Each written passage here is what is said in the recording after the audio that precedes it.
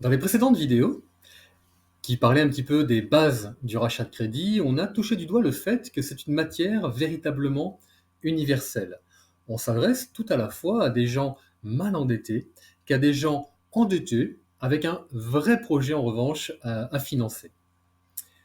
Ayant cela en tête, les prescripteurs potentiels que nous pouvons démarcher pour leur expliquer les solutions que nous avons à leur apporter, eux aussi sont très divers et variés. Je peux en effet démarcher des huissiers, des assistantes sociales, des sociétés de recouvrement. Je peux même aller voir des banquiers pour leur parler contentieux, clients à découvert avec du débit régulier.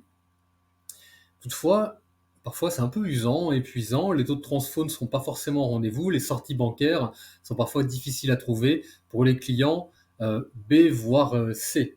Souvenez-vous de la segmentation A, B, C.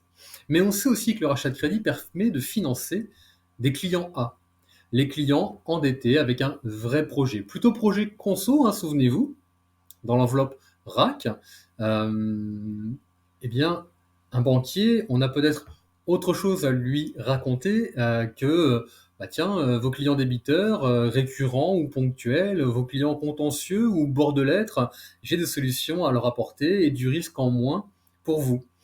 On va peut-être pouvoir étoffer le discours avec lui et lui expliquer que, eh bien, à chaque fois qu'il dit non à un de ses clients, il devrait penser à moi parce que un client qui vient le voir pour un projet auto, camping-car, piscine, véranda, travaux, peu important, si il est exclu de la solution bancaire du fait d'un endettement un peu excessif ou d'un âge un peu avancé, c'est là où j'ai un rôle à jouer. Car pour tous ceux que vous voyez ici affichés, que j'ai voulu un petit peu trier, même si c'est compliqué et puis la liste n'est même pas exhaustive, hein, c'est ce que je vous indique.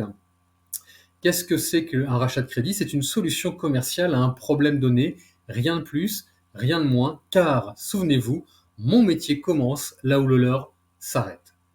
Pour cette première vidéo, en quelques mots, je vais vous parler de l'amélioration de l'habitat. On aura l'occasion dans de futures vidéos de parler d'autres prescripteurs. Pensez à vous abonner pour ne pas les louper. C'est quelque chose d'assez évident à démarcher parce qu'aujourd'hui, lorsque je vais voir un vendeur de véranda, ma première question est de savoir s'il vend des solutions clés en main à son client. Est-ce que les vérandas, il propose des solutions de crédit qui l'accompagnent lorsqu'il la vend? Ou la piscine, ou le camping-car, vous m'avez compris. Oui, très bien. C'est sûrement les meilleurs prescripteurs parce qu'on parle le même langage. Il sait ce que c'est qu'un endettement, un taux d'intérêt, etc., etc. La question est de lui demander avec quelle structure de financement il travaille, avec quelle financière spécialisée. CTLM, Sofinco, Viaxel, peu important. Demandons-lui alors s'il a toujours des accords ou s'il peut parfois arriver d'avoir des refus de financement. Même si c'est à la marge, il ne peut pas vous dire le contraire. Refus de financement, mais pour quelle raison alors? Eh bien, des encours de crédit trop élevés, un cinquième, un sixième prêt pour le client serait excessif, refus du prêteur ou un âge de fin de prêt trop avancé. Eh bien, j'ai la solution. Qu'est-ce que tu fais dans ce cas-là, mon cher ami? Tu renonces à ta vente? Non, tu me contactes. Car aujourd'hui, l'âge, je fais du 85 ans fin de prêt, souvenez-vous, assez aisément, voire au-delà avec certaines banques. C'est particulier, mais ça existe. Et si c'est les encours de prêt qui pèsent un petit peu trop lourd, rien ne m'empêchera du coup de les restructurer, de les reprendre, de rajouter la trésorerie nécessaire, de lisser ça dans le temps et de permettre à ces gens-là d'avoir un endettement nouveau, équivalent à l'endettement avant, sans alourdir en tout cas leur charge actuelle. C'est une vraie plus-value. Je suis donc ici pour augmenter leur chiffre d'affaires. Je suis une source de business pour ces gens-là sans remplacer, sans me substituer à leur financière habituelle. Ils continueront toujours de travailler avec leur CTLM, leur Viaxel, leur Sofinco. C'est quand il y a un refus que je suis là. Une solution commerciale à un problème donné, encore une fois. Le client n'a pas de prêt. Alors quel est le motif du refus? Ah, c'est l'âge uniquement? Eh bien, souvenez-vous, on peut aussi parler avec ces gens-là des prêts de trésorerie hypothécaire qui permet de financer tout type de projet conso en prenant une garantie sur la maison sans avoir d'encours de prêt à racheter spécifiquement.